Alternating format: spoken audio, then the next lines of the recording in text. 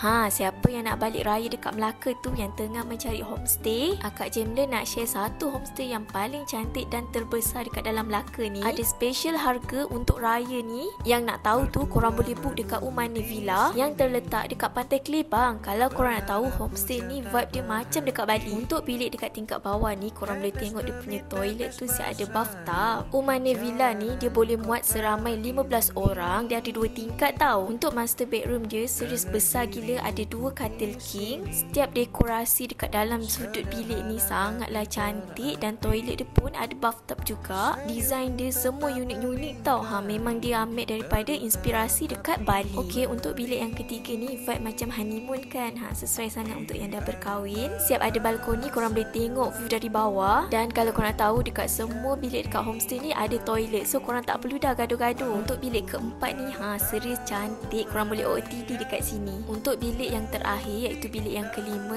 korang tengok sendiri siap ada kerusi healing. Yang mana ada family besar yang ramai tu, korang boleh dah book dekat sini. Risau untuk peralatan dapur sangat lengkap. Okey, untuk dapur ni dia ada indoor dan juga outdoor. Yang mana duduk jauh, and then family dekat Melaka tu book lah dekat homestay ni, so korang boleh berkumpul sama-sama. Okey, untuk swimming pool dia serius besar gila, memang puas hati. Nak masak pun selesa tau, sebab dapur dia dekat luar, sangat-sangat memudahkan. Dan apa yang menarik dekat Umane Villa ni, setiap sudut dekorasi dia dekat luar dan juga dalam sangat-sangat cantik dan unik. Kalau korang yang tengah mencari homestay tu, cepat-cepat book dekat Umane Villa. Okey, bye. Assalamualaikum.